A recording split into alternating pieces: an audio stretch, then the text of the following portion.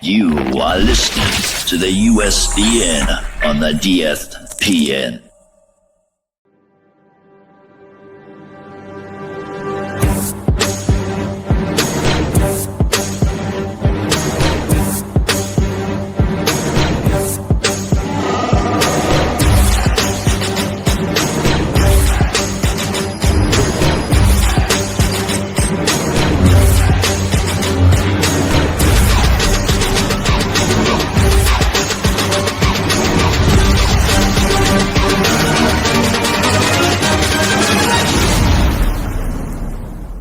It's a trap!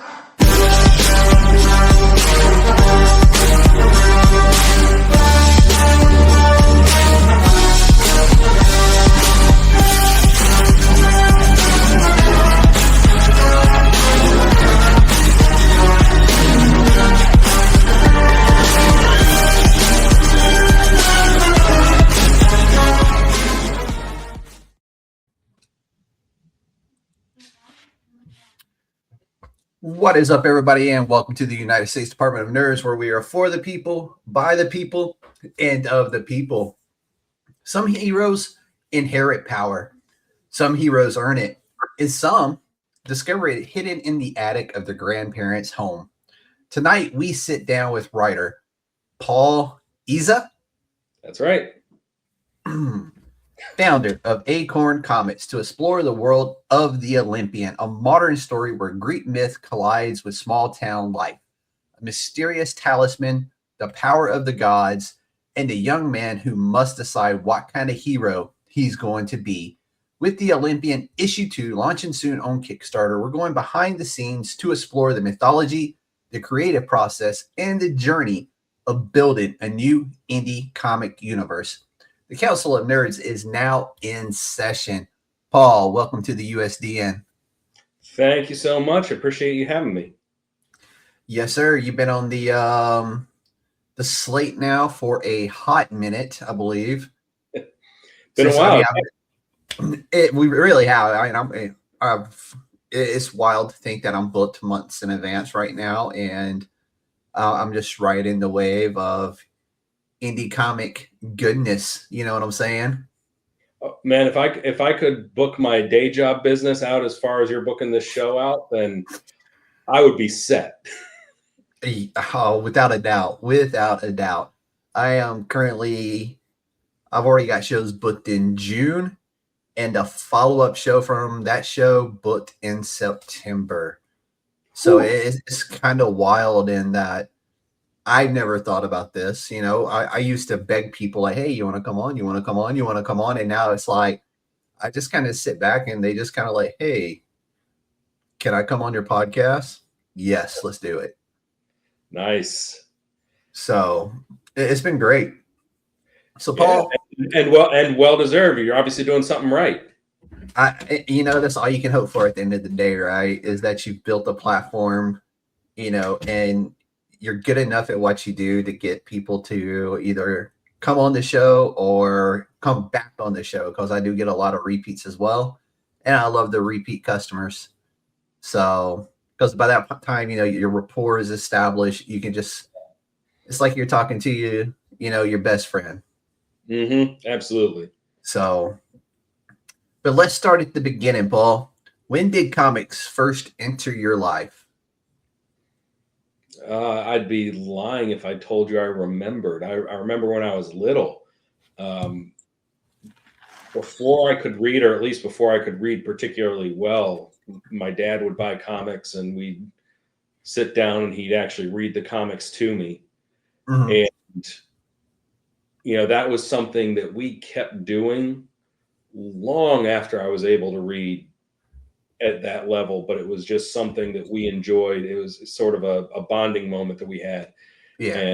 And he would, he would keep reading to me, and I kept sitting there and sitting next to him and listening. So, we enjoyed that. And then, I fell off for a good bit after that stopped. And I didn't really get back into it mostly, I had a little bit. There were a few things I picked up when I was in college and a little bit after college that I would read and enjoyed. But I didn't really get back into it seriously until I met my wife. And she knows more about comics than probably anyone else I've ever met. Yeah. She's working in conventions since she was a teenager. So she knew a lot of the creators at the time and still does. I shouldn't say at the time. But she knew a lot of these people, and that was sort of my reintroduction was, oh, hey, meet my friend who was, some massive writer or artist or something like that. But I got to just, instead of meeting them as like, oh, the people who created the things I read as a child, just got to meet them as my wife's friends. So yeah, that's kind of cool though. Eventually it's like, well, I really should read the things that these friends of ours are making. That would only be polite. And it kind of went from there. That's really cool though. How's it feel though, your wife being cooler than you? Man, I wouldn't have married her if that was a problem. Like that was, dude, that's so awesome. Oh yeah, dude, that's amazing. So speaking of amazing, your career path, amazing. We're talking prosecutor, litigator, mediator, comic writer. Yeah, it's certainly unique. I mean, don't forget, before that, graphic artist, glorified digital librarian. I actually had a full career before I went to law school. It was, law school was where I went when I realized I wasn't happy with my career path and was sort of at a, personal crossroads in my life. And I was like, well, if I'm going to go back to school, now's the time. And so I did. And then the law career just sort of followed from there. I am obviously, still mediating full time. That's still the primary moneymaker over here. At least, on my end of things, not counting my wife, obviously, but there's, so that's still going. But I'm trying to follow in that long line of recovering attorneys who've become successful comic book writers. There's a few of them out there. Yeah. Charles Soule, Mark Guggenheim, Marjorie Liu. There's Charles Soule out there for everybody writes Star Wars, by the way, y'all. And Mark also writing some Star Wars. He is. Yep. Yeah. So, I mean, like I say, it's a proud tradition of not wanting to be a lawyer anymore and finding something else to do. It tells you a lot about the career path, right? It does. In fairness, there, depending on what kind of lawyer you are, obviously, but, I tell people all the time, being a lawyer, particularly being a litigator, you have to be able to prepare very uninteresting facts in an interesting way. So in some ways it does correspond with writing because, while hopefully the subject matter of my comics is a lot more interesting than the typical case I would handle, you still have to figure out an interesting way to arrange it, to present it. And, like I say, with more interesting source material, you get a more interesting story. So funny story, right? So my daughter, when she was young, she was like, I want to be a lawyer. I'm like, all right, cool, baby. Just so happens I work with a lawyer at my job. And he owes me a favor. So he offered to take you to lunch and kind of just talk to you about being a lawyer. So we go to lunch and he's telling her all about being a lawyer. She's asking questions and she kind of got quiet for a minute and she's thinking. You can tell the gears up there are grinding, right? And finally, I was just like, what's wrong? She's like, yeah, this is the easiest decision I ever had to make, Dad. I was like, well, what's that, baby? I'm going to be a doctor.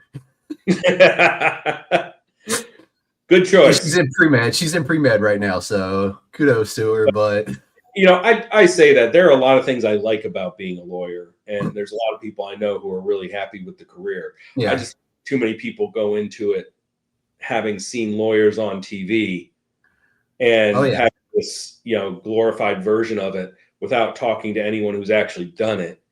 And like people ask me, I'll say it's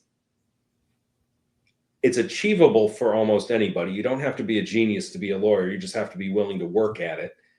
And you also really need to know what you're getting yourself into and what the reality of it is. And if it's not for you, that's okay. But just be aware of what you're doing and why you're doing it, and you should be fine. It's the time. I don't think people really realize the amount of time you have to invest. And that goes for a lot of things too. Yeah. People think they can just jump into something and they're going to be this great success at it. And I will be the first to tell you, that isn't true, people. Even sitting here behind a microphone, talking to people like Paul, I did a lot of work leading up to this. Hence why we're having a discussion right now about him being a lawyer. You don't get that just by, like, oh, let me look up Acorn Comics. No, you literally, you put in the work. You find out who people are. You research them. You learn them. And then you piece everything together. So there's a lot of time you have to invest into things, no matter what it is. And being a lawyer, no different. People like, oh, we have interns and stuff for this. You are your intern. Yeah. Sometimes they had lawyers have interns. Sometimes they tell you you're going to have interns, and then you end up doing the intern work because they don't give you interns. There it is. And sometimes the interns create more work for you than had you just done it yourself. Oh, I imagine so. So what was your point where you said, I'm not just going to read comics anymore, I'm actually going to do comics now? So comic writing, it was kind of my midlife crisis. You gotta have one. That might as well be that one. Look, as far as midlife crises go, this is probably the best case scenario. But no, I was coming up on my 40th birthday, and had a very good life, a very overall satisfying life, but it was also very busy, and there wasn't a lot that I did just for me. Right. And I kind of felt that need to do something just for me. And when I was younger, I used to do like high school, college. Back then, I used to do a lot of different types of creative writing, mostly bad, I'm sure. But not bad, for the. I was going to say, I read issue 1 of the Olympian, and by darn, it's really good. I appreciate that. I did not write that in high school, though. So there's been a lot of learning in between. And I started, and I said, I was very much inspired by a lot of the people that we were around from the comics community and from conventions who had become, friends and a more regular part of my life. Yeah. And I started thinking, maybe I want to give this a shot. Maybe I want to see if I can also do that. And so I would get up at my normal time, which we didn't have a kid at the time. So, I'd get up maybe an hour or two before I was supposed to start work and have my breakfast, and then sit down for an hour and a half and just start writing and start putting this together. And I did it without telling literally anybody that I was doing this. And the reason was because I wanted to prove to myself that I could. I wanted to prove to myself that I'd finish the first story arc and make it as good as I could possibly make it on my own before I brought anybody else into it. Yeah. So, and that became Heroes and Zeros, the first comic that I released. Of course, once I got to a point where I was good with it, I started talking to artists. I started talking to the editor, Devin R. Scott, who was probably the first person to see the script other than me.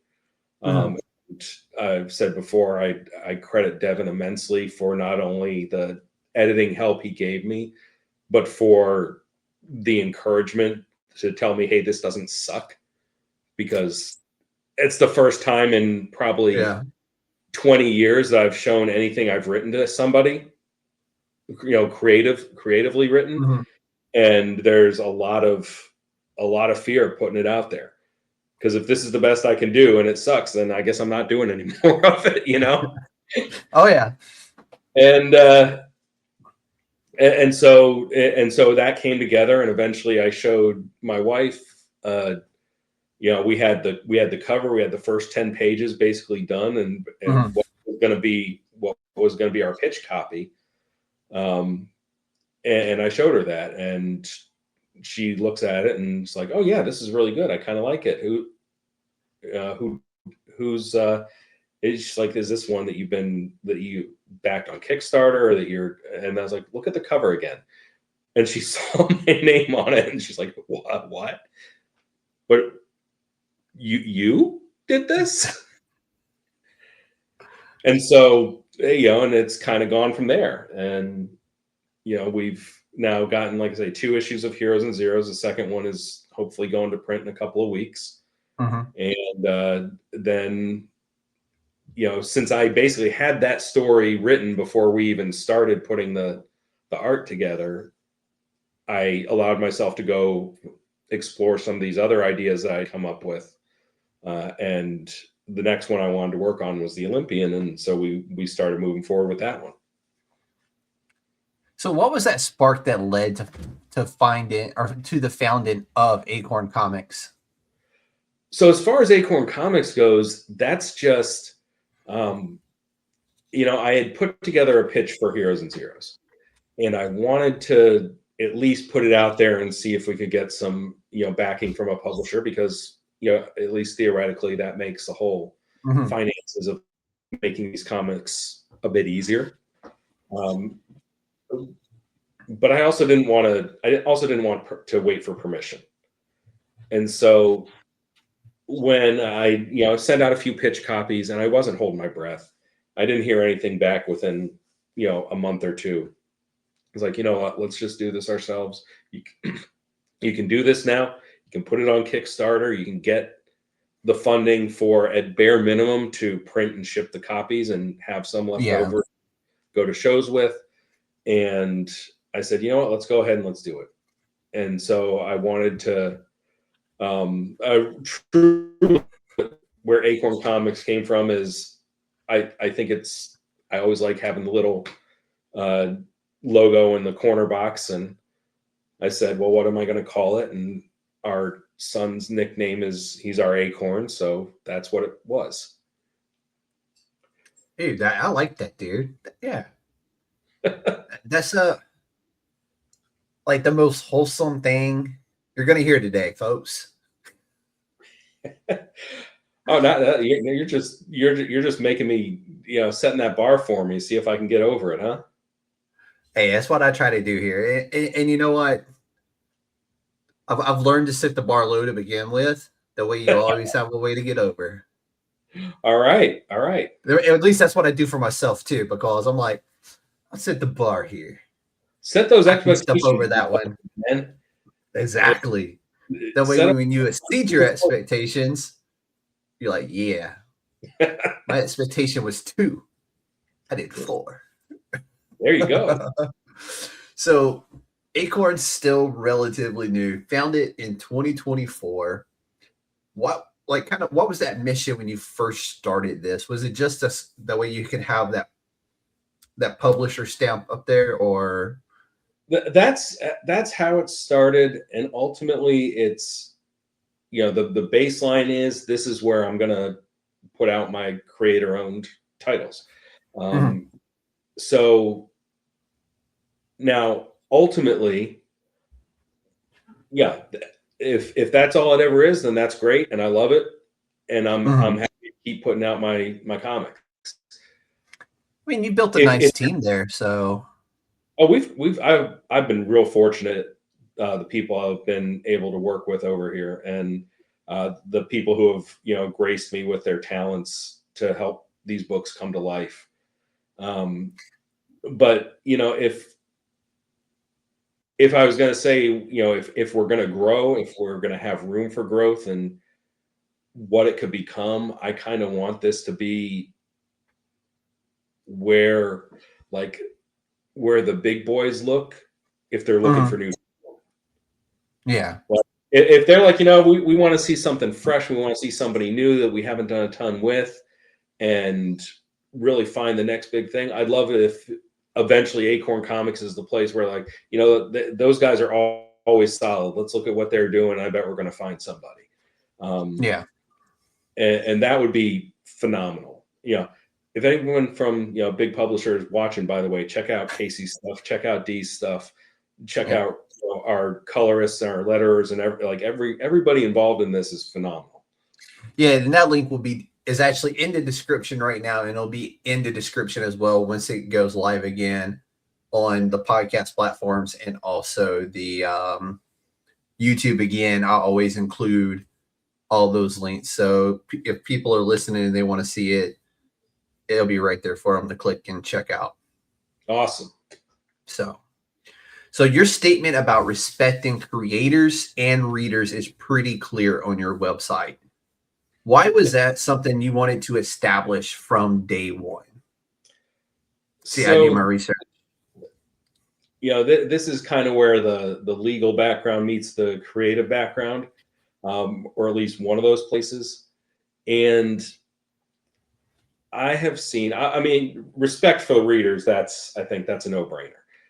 But respect for the creators is, I've seen enough contracts just from friends who have made comics and have gotten hooked on with, one small publisher or other. And they'll reach out to me like, hey, I'm not really happy with how this is going. Is there anything I can do about this? And to put it bluntly, some of those contracts that these publishers put out are incredibly disrespectful in my mind. Oh yeah. But okay, look, if DC or Marvel, or even talking Image or Boom or Dynamite or somebody who's established comes to you and says, hey, we're interested in publishing your comic. Here's what we'll give you, but we want X percentage of this, and this in return. Mm-hmm. You got to seriously consider that, because there's a much better chance of that title and that property taking off if it's got the weight of one of the big players behind it, right? Mm-hmm. Oh yeah. But if you're a publisher who I would go into a comic convention and mention your name, and 7 out of 10 people would say, who? You shouldn't be putting those same terms in your contract. Yeah.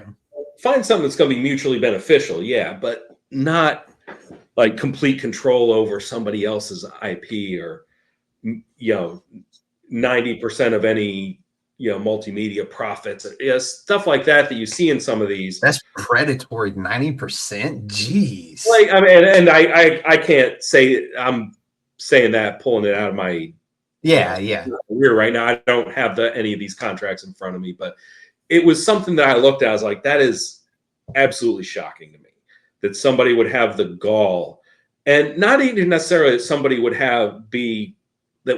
sign it, because especially if you've only done 1 or 2 of these and you're getting a chance to get put in Diamond or Lunar and maybe get into these comic shops. And I apologize, my nose is just really itchy tonight. And I don't know why, but I don't usually scratch my nose that often. Dude, you're good. Podcast. It's allergy season, man. But it's a new season, man. New allergies. So that's kind of where I was coming from. I'm never gonna do and I'm not necessarily gonna go through all the terms of the contracts we have, but yeah, I think the way we put our contracts in there, just for the people we're working with, are very fair. And certainly if we ever end up doing something with somebody else's IP that they want to come and publish under our banner, I was segue. Yeah, I view it more like I would do something like what I understand Image does, which is here, if I help with marketing, if I help with publishing, like reimburse my costs, maybe a small something percentage off the top, small percentage, so that if this hits big, maybe I can stay in business. But if this hits big, you're the one's going to reap the most benefits from it, because that's the way it would be. I've always heard Image does right by people when it comes to, if they pick up your book, they do right by you. Yeah, and it's all creator. And look, I don't want to ever be in the position where, something that I co-created even is the 1 in a million indie comics that suddenly gets huge and makes a lot of money. And 20 years from now, people are asking, hey, why is the other co-creator over here running a GoFundMe for their medical bills, where this guy's got a yacht and going to the Bahamas? Like that's going to be, if any of this blows up, the people that contributed are gonna see the benefits of that. No, I like it. And you had brought up something just a few seconds ago, and I'm going to lead into it. But many indie creators just launched one book. You launched a whole publishing imprint when you launched Acorn Comics. Was that always the plan? Nope. So much of this has just been trial and error, and flying by the seat of my pants. The reason we ended up doing 2 titles right now, and where we've been going back and forth with it, is partially because Heroes and Zeros is a longer book. It's a double size, 46 pages of main story, and then the Kickstarter editions have the bonus story in them. Yeah. And for those, it obviously takes longer to create. And especially since issue 1 was my first issue, I didn't want people to wait 2 years before they heard anything else from me. And so in the meantime, I was able to work with D and get the Olympian started, and that being a shorter, a traditional size, a 22-page comic. We were able to get that out in the meantime, while Casey was also working on the art for issue 2 of Heroes and Zeros. And so we've been able to alternate and keep more of a timeline going, so that we're a little bit more, front of mind for people, and they don't forget about us. No, that's smart. So you're still fairly new to this. What have you learned about the indie comic space since launching Acorn, and also now launching 2 different titles? So again, I've learned, number one, it's an incredible community. And with very, very few exceptions, it's been, everybody is supportive, and and people says, like, it's always a struggle when you're doing things on Kickstarter. You got to get backers, you got to get pre-launch followers, you got to get backers who are willing to back you above the lowest usually a digital tier. You got to do all these things. But even if somebody can't do that, just sharing your links and liking when you post them on social media and trying to help you get the word out, that in itself is beneficial, because you never know if they're the ones that are going to share it to somebody who's going to share it to somebody who's going to be your next big fan, and who's going to be able to back it at one of the higher levels even. So just spreading the word, and just giving words of encouragement when you put stuff out, that's invaluable too. Oh yeah, dude. I wish I got more of those. It's one of those where, by the time I'm done with the episode, I've got the clips done. I'll give in the clips over to the person, and then I start sharing them on my social media. Just interact with the shit. I don't ask for much. Give me that heart. Share it with your friends. Just show me you have some type of appreciation for the amount of sheer work that I do for each and every person that comes on this podcast, because it is a lot from start to finish. Well, yeah, and look, just from my perspective, myself, number one, I appreciate you and everybody who's been willing to give me the space to come on and talk about these projects. They're afraid of getting sued. Who's getting sued now? I said they're afraid of being sued. But it's a horrible joke. Number one, it would be rude not to help spread the word if I'm coming on and you're doing the work and help spread the word. No, dude, I seen you were sharing it just before we went live, and I was just like, hell yeah, I wish everybody did that, because I don't always have the time for that. And it doesn't do me any good if I'm coming on here and nobody in my audience knows about it. Mm-hmm. What? Because look, You'd be surprised. I don't have the biggest social media followings. I'm terrible at social media. I'm not in my 20s. I don't know how to do this stuff, but I try. I do my best. Mm-hmm. And, but it's not like even, not even half of the backers or the followers I have on different platforms back the campaigns. So let's, if maybe they've heard me talk for years and for a couple of years now on doing this, mm-hmm. Maybe, they're like, yeah, maybe I will, see what this is all about. Maybe I will come in and watch this and do that. I got to share, because every share is a possibility of getting a new reader, a new fan. Exactly. I always see it as a mutually beneficial thing anytime, people are on. And I'm like, don't let it be that one-way street where only one person is doing things, right? No, and because you never know, like, I always see it as my followers are potentially your followers, and in the reverse, right? Exactly. And I love that. I wish I could tell all my followers, like, hey, go follow Acorn Comics. They're great. I love what he's doing over there. And I wouldn't be lying about it. I really do like what you're doing over there. And having gotten to just read the Olympian, I always try to read. If somebody sends me the assets, I'm going to read it the day prior. I read Olympian #1 yesterday, and I read the part 2 teaser that you sent over as well. And I love the first one. The freaking talking squirrel, y'all. There is a talking squirrel. I'm just saying, what's not to love about a talking squirrel? Granted, he used to be a wolf, okay? Right. He used to be a wolf, but now he's a talking squirrel, which, in my opinion, is cuter, okay? I'm glad you picked up on that, because that is, like I said, I'm no mythology expert. I did some research for these characters, but I am not pretending that I'm going to be like fast and true to any particular mythology here.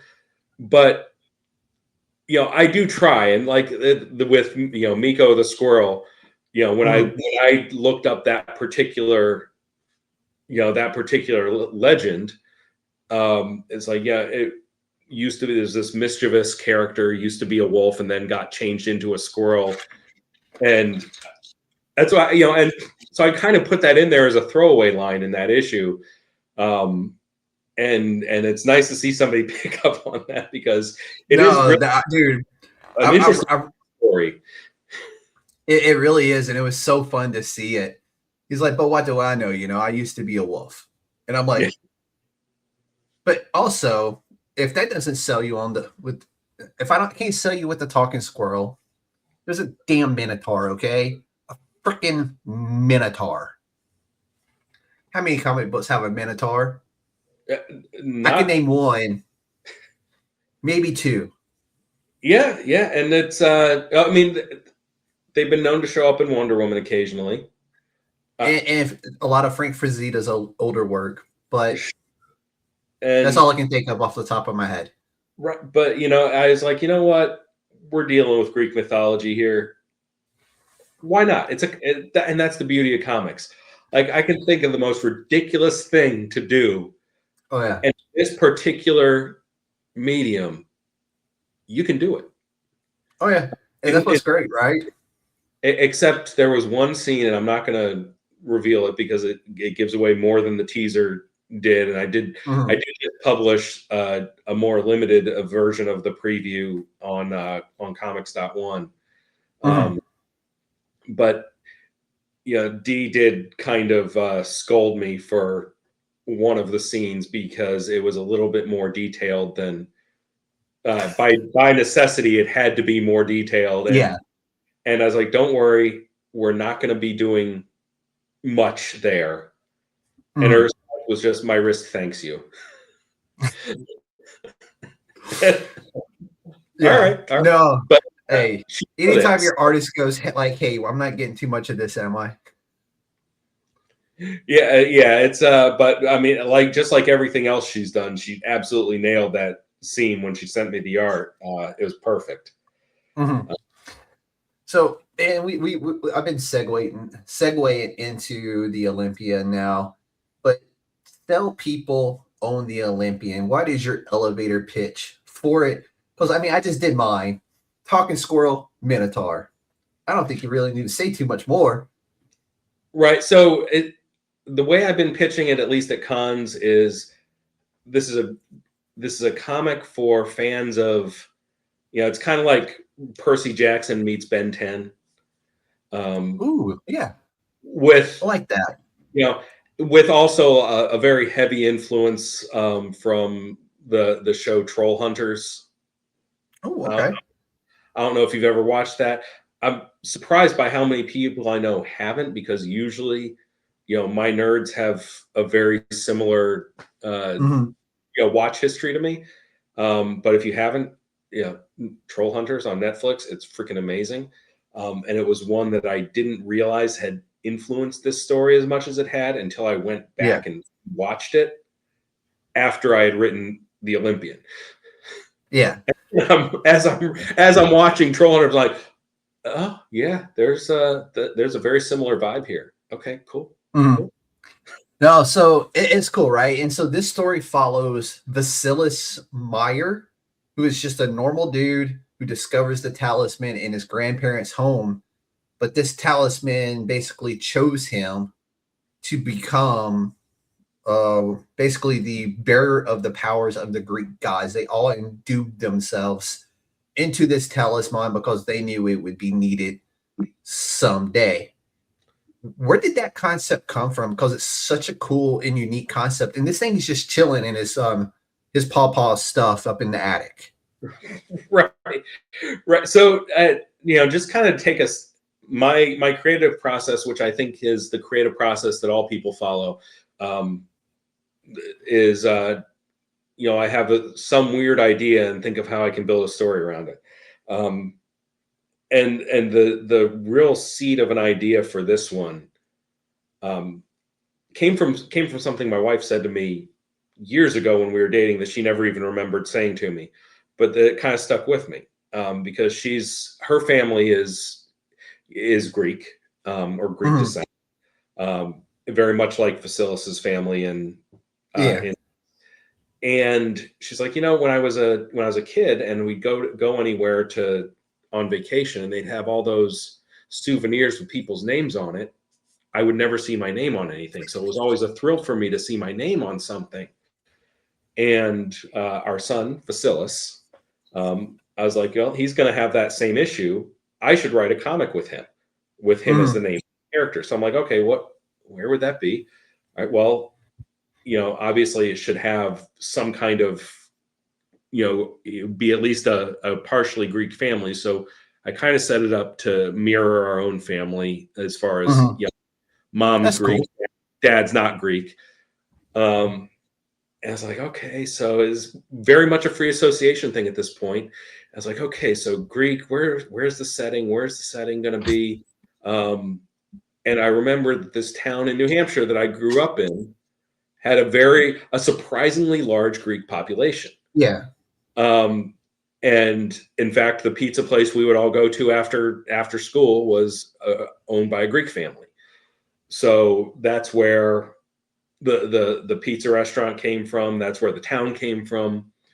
And then everything else is like, okay, so, Greek mythology, what are we going to do for powers?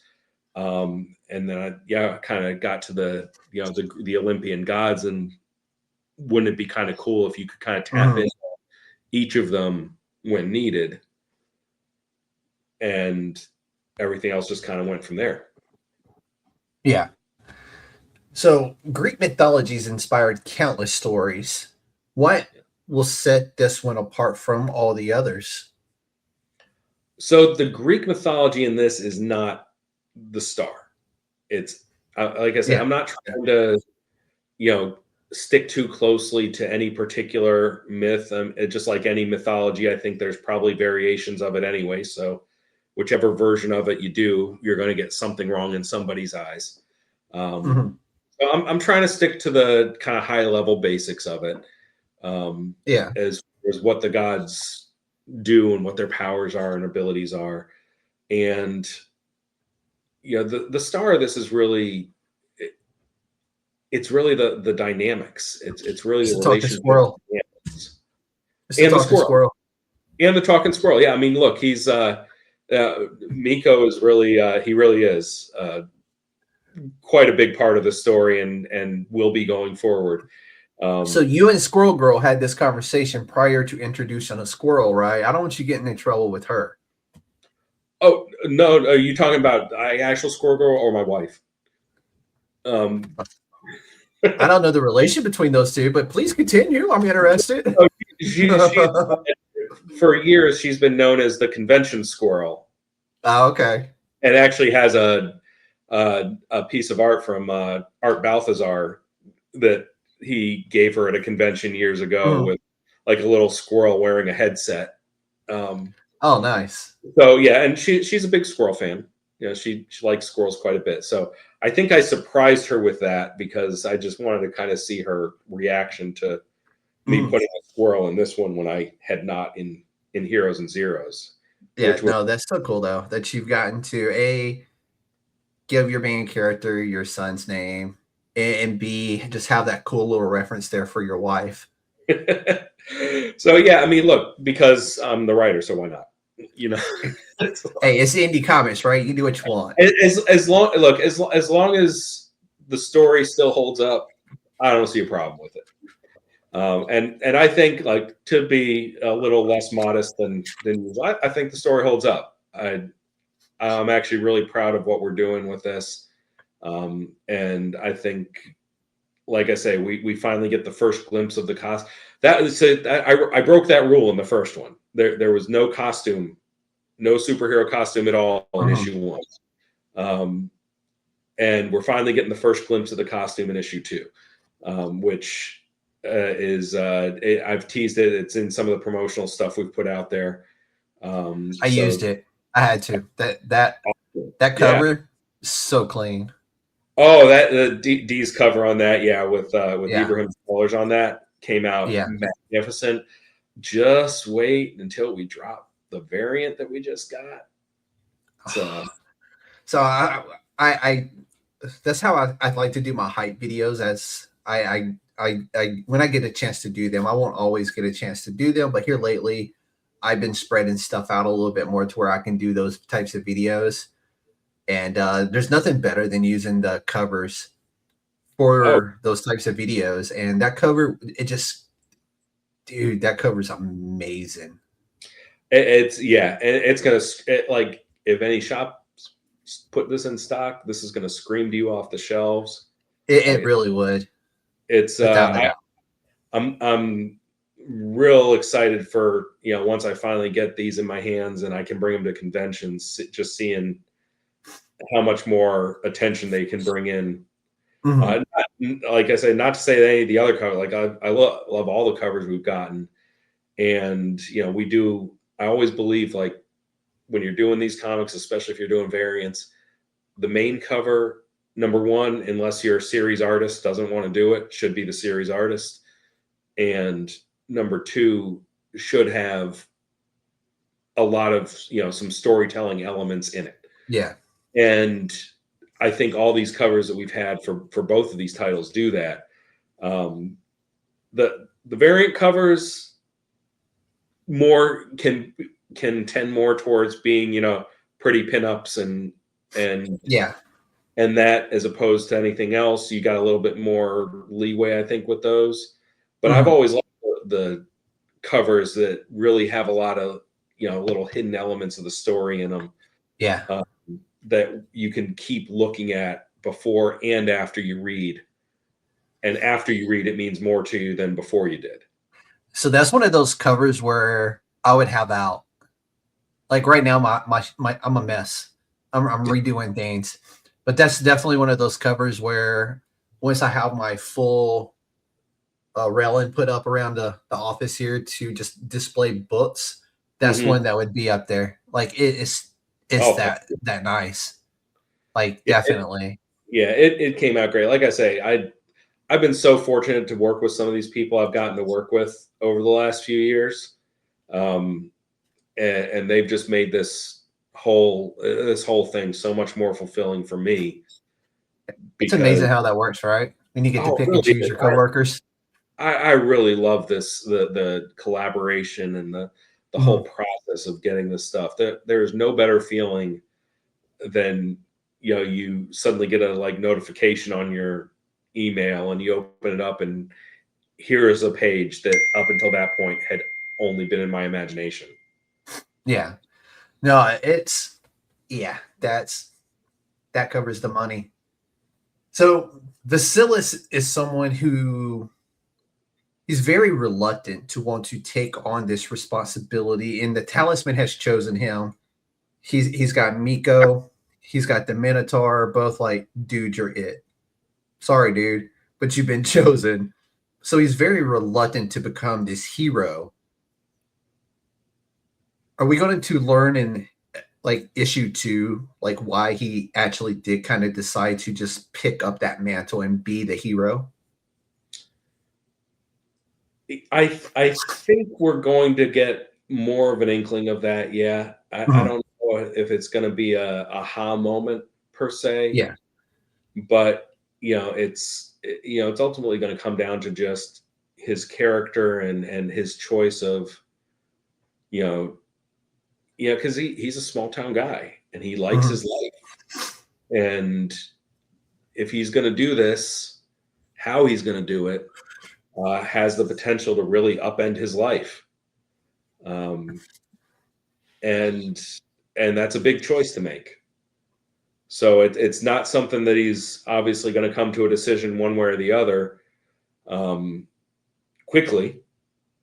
He still has, as we come into issue 2, he still has a lot to learn about what the talisman is and what's happening. Because, at the end of issue 1, we're left with, he's just sort of, triggered it a few times by accident. Yeah. And all he knows is that by holding this thing that was as far as he knows, a souvenir his grandparents brought back from their honeymoon in Greece, suddenly he's doing fantastic things that he didn't think he could do. So yeah, he's going to learn a lot more about the talisman, about its history, and he's got a real tough choice to make by the end of issue 2. It's not bad for a small town guy who just wants to sit at home and chill with his ferret and hang out with his friends on the weekend. Yeah, I mean, that's not a bad life, man. You got a job, you got good friends, you got a ferret. It's now you got a talking squirrel and a Minotaur. Life, what could be better, right? I don't know. I mean, like I say, you saw the Minotaur at the end of issue 1. That's not necessarily a friendly relationship. He is a intimidating figure. I will give it that, and he's just so well done too. And we're going to talk about D and everybody here in a little bit, but let's talk about issue 1 of your Kickstarter. Fund it 48 hours. What was that moment like for you as a creator? Relief. Oh yeah.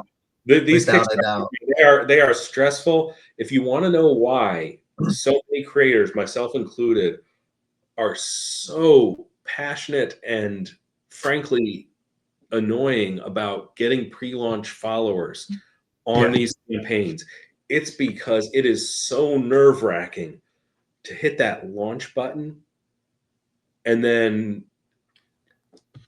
a week later, you're like, you're maybe 25% of the way or 20% of the way. And halfway into the campaign, you're maybe coming somewhere close to halfway. And you know that most of the support you get is typically at the front, at the beginning. Yeah. And you're like, man, now I got to keep just being out here and being in people's faces and drumming up as much support as I can get. Otherwise, we might not hit this goal.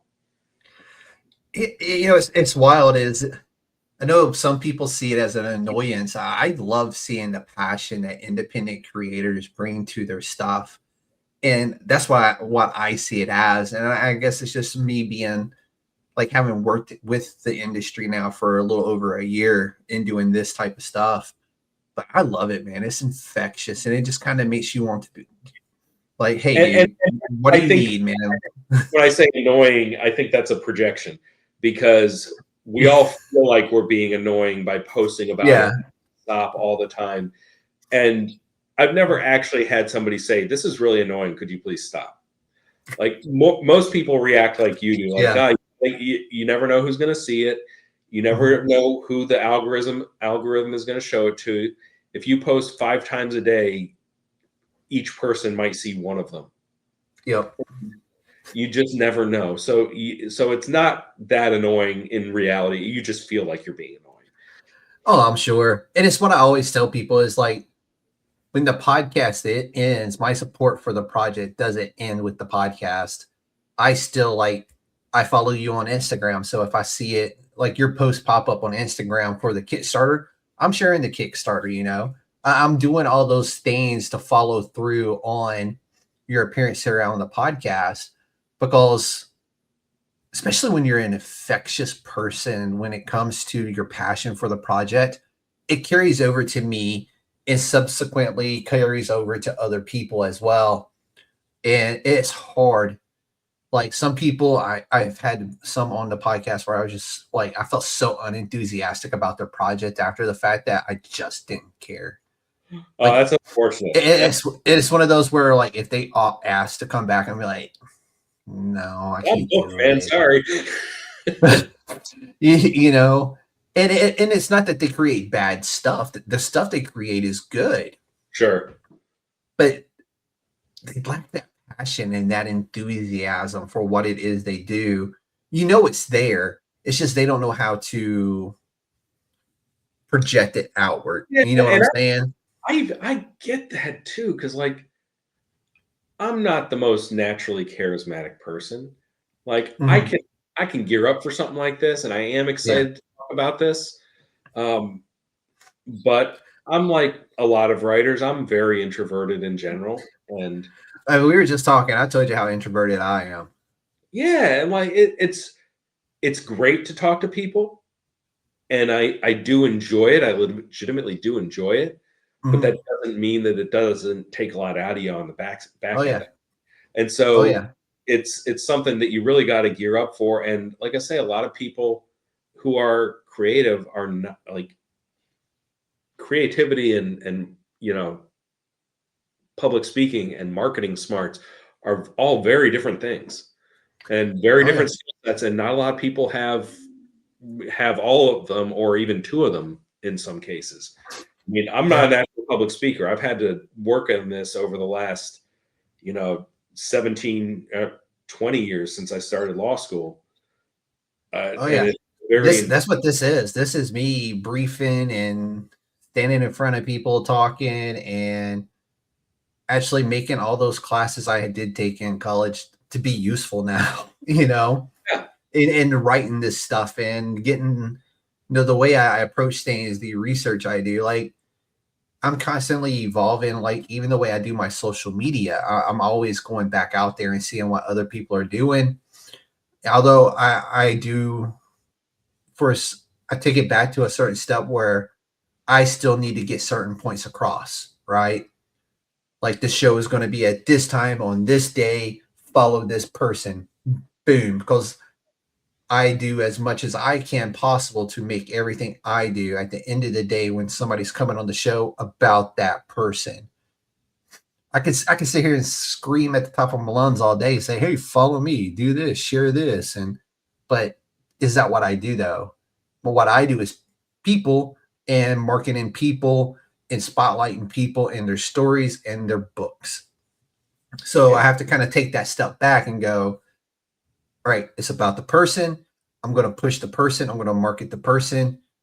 And then on the back side of it, I get my return when those people are spotlighted. Their followers come over, hopefully, and follow me because, hey, I like what this guy does. I've seen how he did with Paul.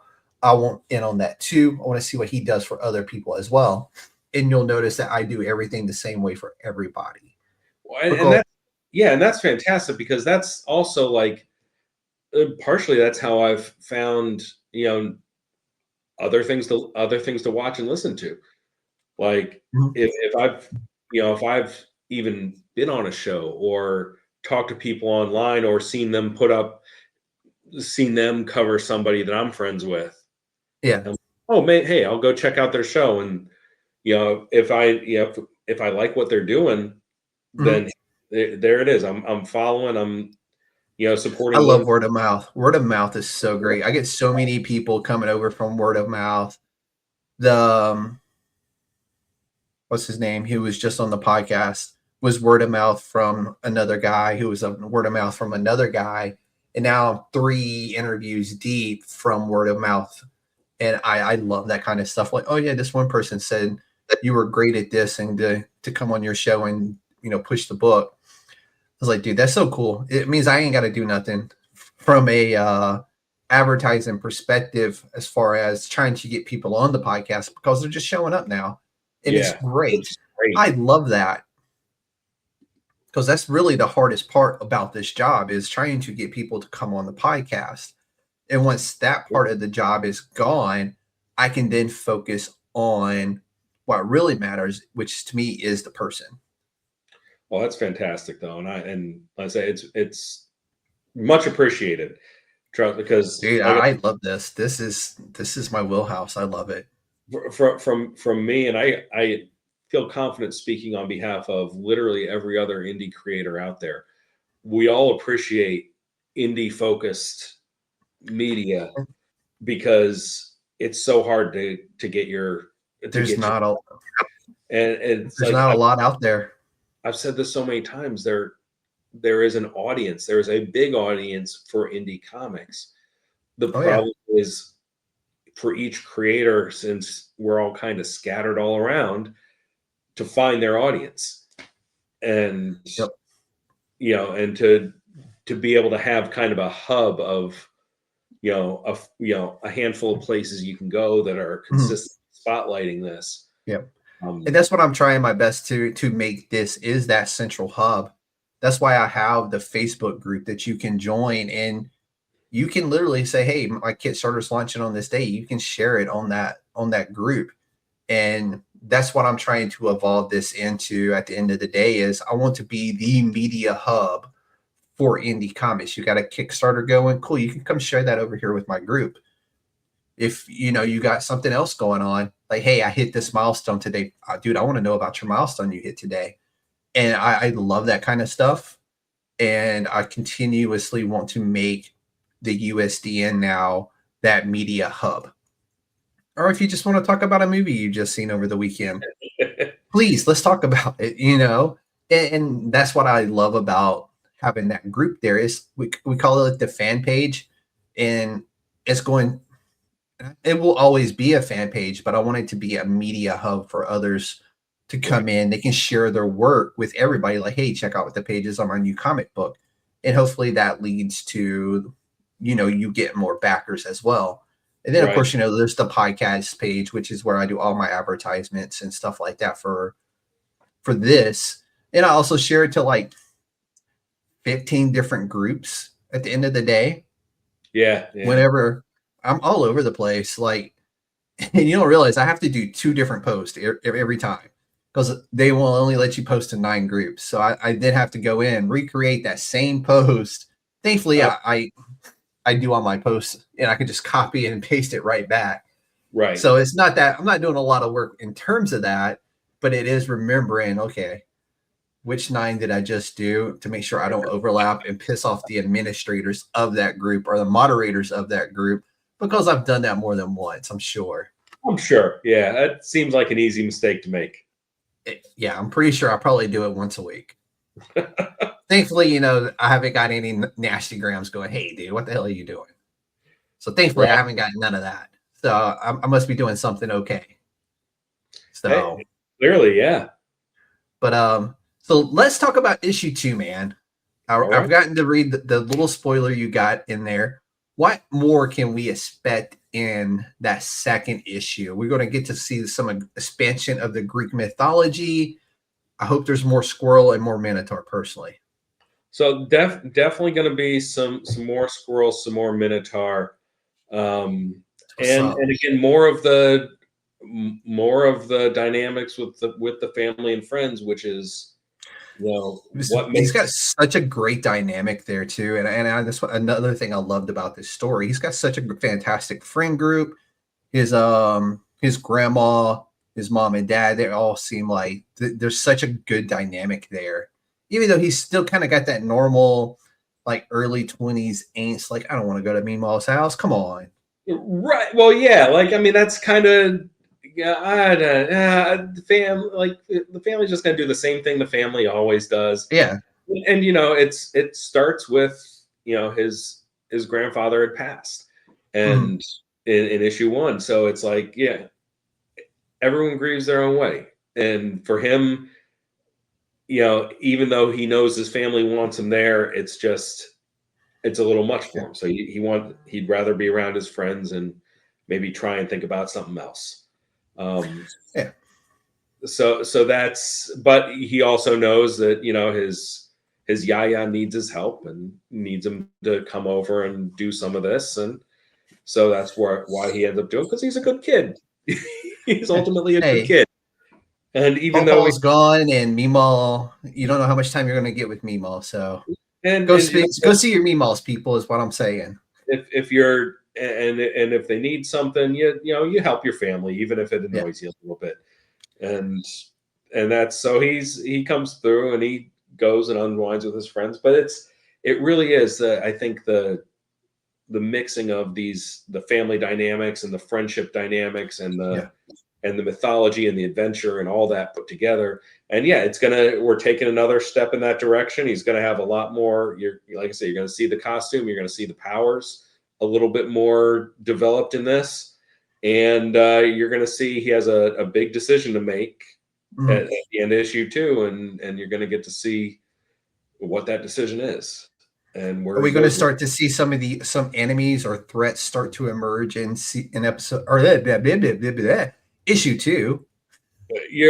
Right, and so you are going to see there's going to be dealing with what's in front of him, obviously, and then dealing with and then a bit more of a hint at what's coming in issue 3. Okay. As opposed to a true emergence of it, but okay.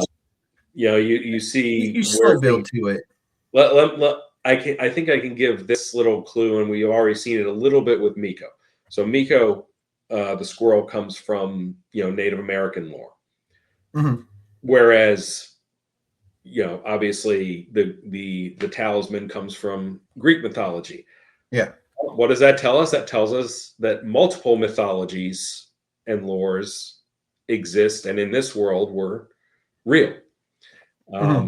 So I'll leave that little teaser out there as far as what might be coming from issue 3, and through the rest of the arc.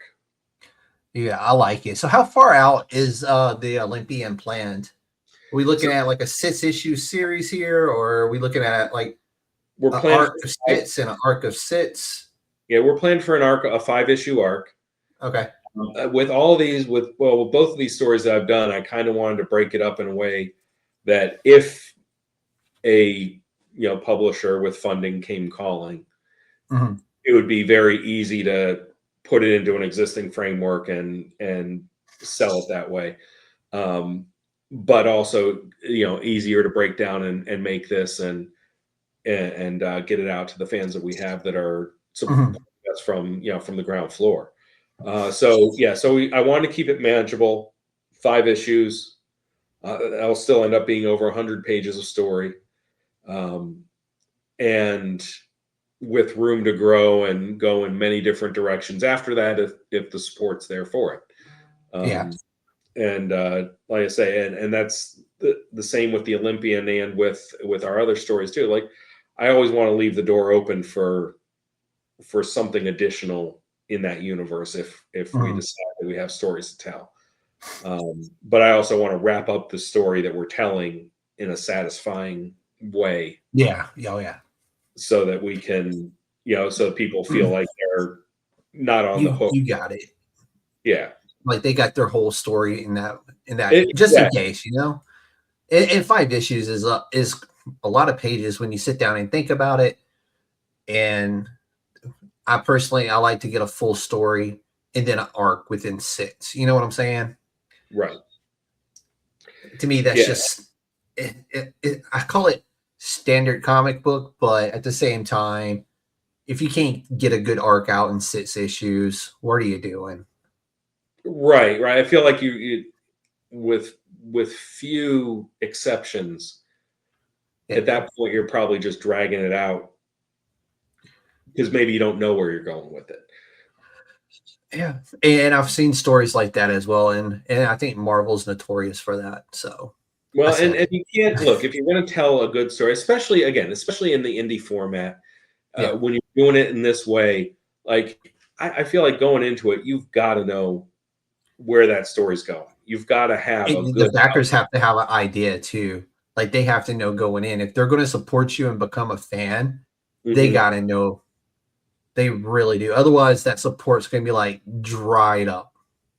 Right, and that's the thing. Like, so we're going to have 5 issues of the Olympian, and like I say, not to say we won't have more stories after that, but we're going with the original 5, and then Heroes and Zeros is going to be a 3-issue arc, but it's the 3 double issues. So we're working on that one, and we've got our plans. I already had our initial planning meetings with Casey on that one to for timelines and everything, but we've got everything ready, and we're laser focused now on these 2 stories. We're going to get these 2 arcs out, and just like every other writer out there, I've got like 10 other ideas that I could pursue. Yeah. Depending on who I get to work with me and what seems to be appealing and like the best bet to really put out the next one. Oh yeah. So let's talk about the Kickstarter coming up. When can people expect to see the next Kickstarter for the Olympian issue 2? So we are looking to launch, barring any hiccups, on April 10th. Okay, so not that far away. So a little less than a month. Not too far away. Yeah. Do you have the pre-launch yet? Yeah, pre-launch is up. It's olympiancomic.com. Okay, if you want to send me that, I will include that as well in the social media stuff. Oh, absolutely, yeah. And I've done that on purpose. I try to get it so that we're, I try and get it so that I've got an easy to remember and easy to share website rather than the Kickstarter.com/ that nobody can ever remember that, but Olympian Comic, you can probably remember that one. I know. That's why I asked to send it, because I will forget. But if you send it to me, that's the thing. If you send it to me, then I can add it to what I already have over here. And it makes it easier for me on the back side too. When I go to make this into a YouTube description, it's easier just for me to pull it over and do it. I didn't mean you personally. I'm that more general. Yeah, no.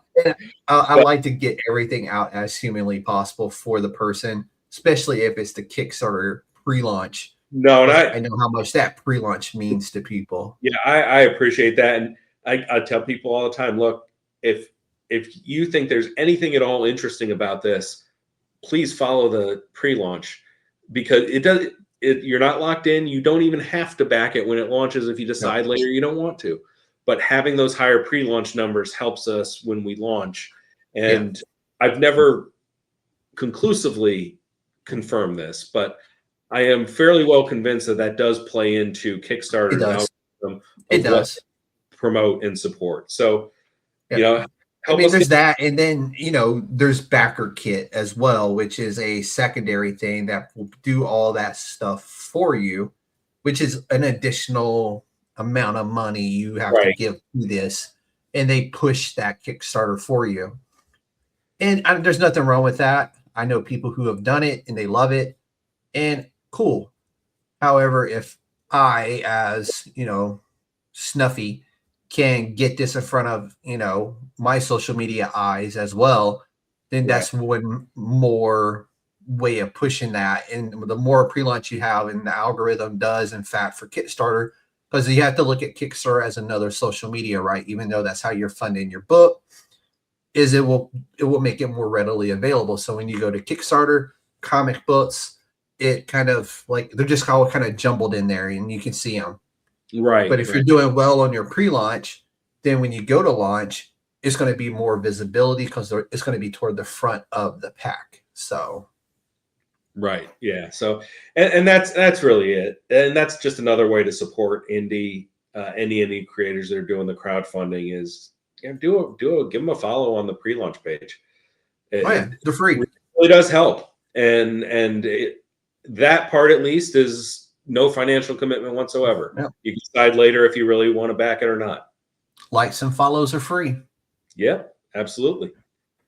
So crowdfunding's become one of the biggest tools for indie comics. What have you learned in your years, or a few short years, of running Kickstarters? Because it's no easy task. Yeah, it's what I've learned is just keep trying new stuff. Because I don't think I have any kind of magic formula. There's not one.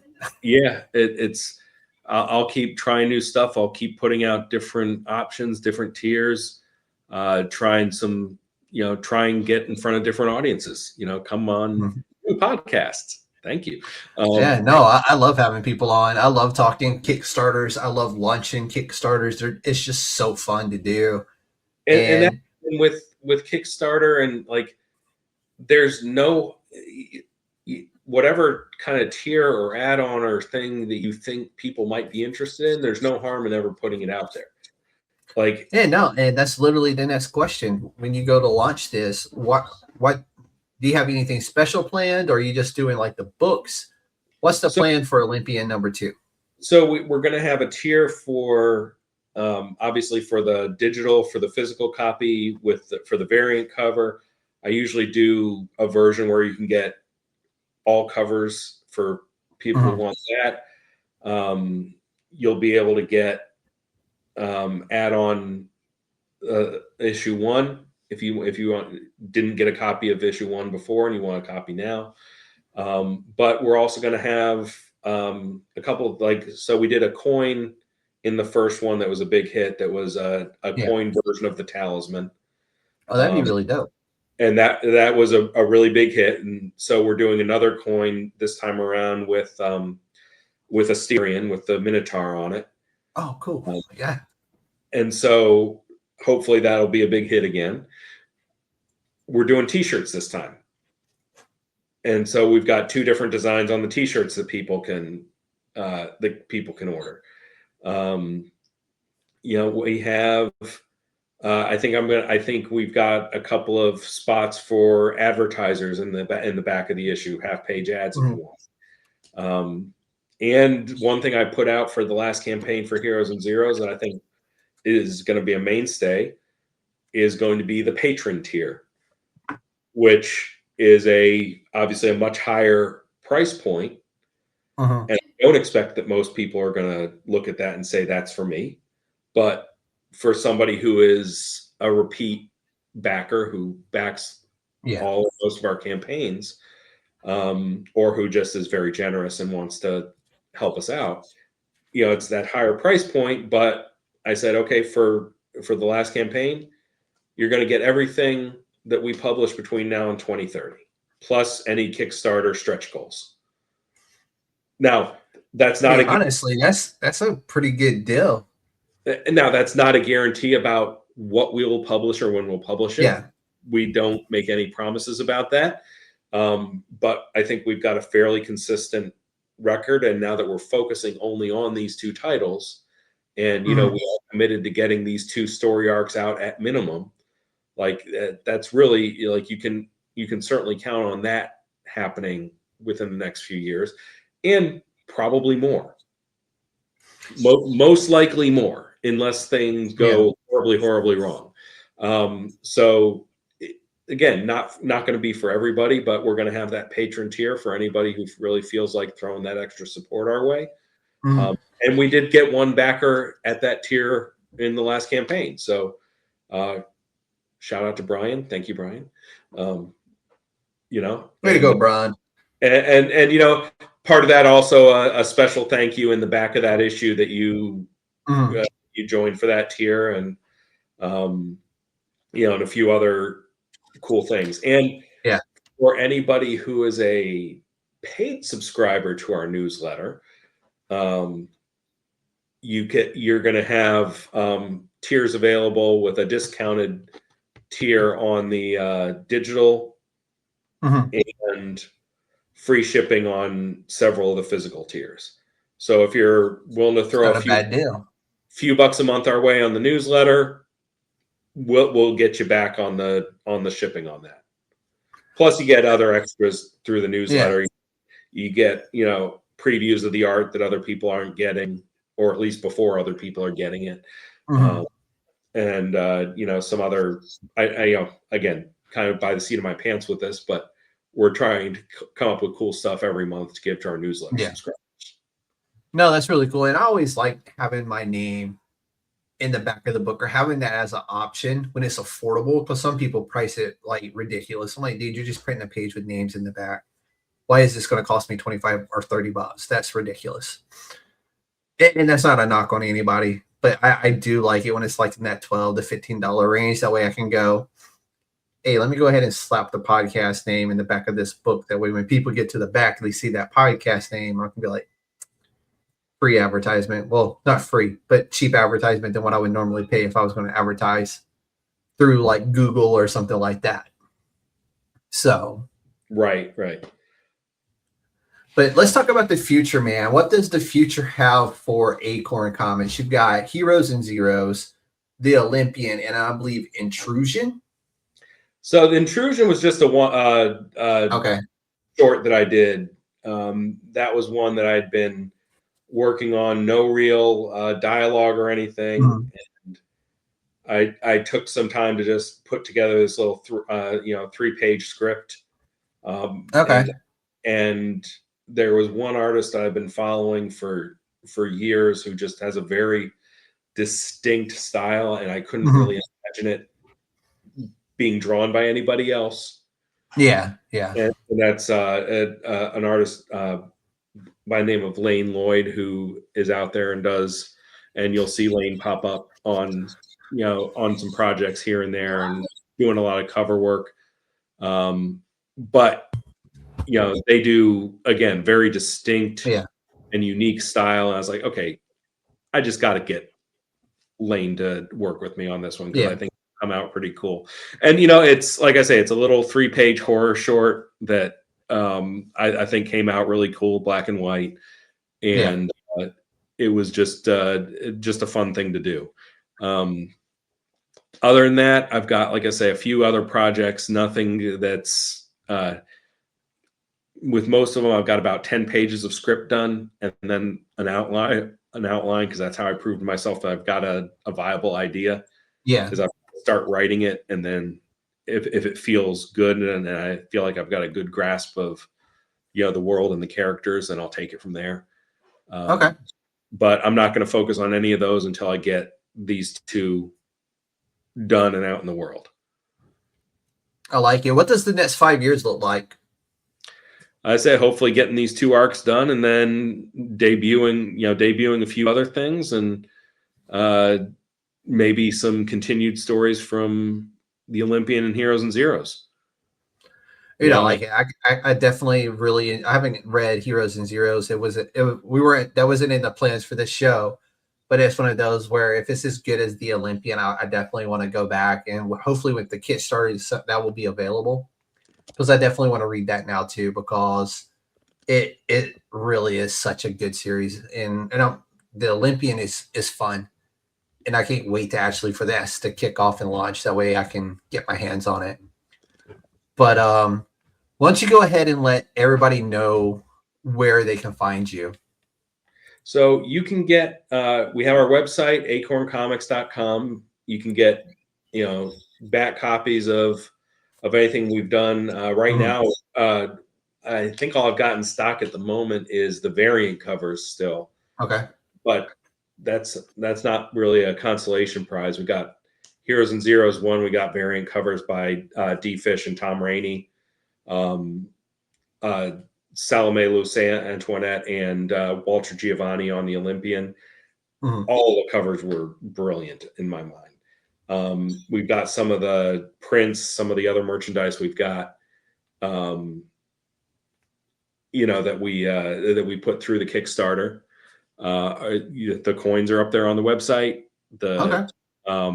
We're going to have some more once we get the rewards shipped for Heroes and Zeros 2, which we should be shipping very shortly. Probably by the end of April, they should all be in the mail. And once those are out to the backers, then they'll go up on the website as well. And we've got a pre-order slot for Heroes and Zeros 2 up on the website as well. Nice. Social media. You can also sign up for the newsletter there. That's just the easiest way to tell people to get on the newsletter as opposed to trying to figure out what the actual website address is. I'm on Blue Sky, Threads, Facebook, Instagram, under Acorn Comics. In most cases, the handle on Blue Sky is EZAESQ, like my last name, lawyer. I got the handle. I wasn't sure if I was going to be using it for my legal stuff or for my comic stuff, and it's definitely mostly towards the comic side. But the headline is still Acorn Comics, so if you see me there, that's me. And you're on YouTube as well. I am, although I don't really do much with it. That's really just a place for me to put the trailers when I have a trailer for the comics that's coming out, and occasionally a little promo video that when my wife dresses like an axolotl, which got by far the most views of anything I've ever put on YouTube. Oh, of course. But I don't want you to get in trouble with your wife. So everyone, that brings us to the end of another episode of the USDN Podcast. Huge thank you to Paul for joining us and giving us behind the scenes look at the Olympian and the world he's building through Acorn Comics. If you enjoyed this conversation, make sure you check out the Olympian Issue 2, April 10th, when it launches on Kickstarter. And be sure to follow Paul and Acorn Comics across social media to stay updated on everything that they have coming up next. And of course, if you're new here, make sure you subscribe, follow, and share the show so we can keep bringing you more conversations with the creators shaping the future of indie comics. Until next time, the Council of Nerds is adjourned. This has been the USDN Podcast, where indie comics come to life. Y'all be safe out there.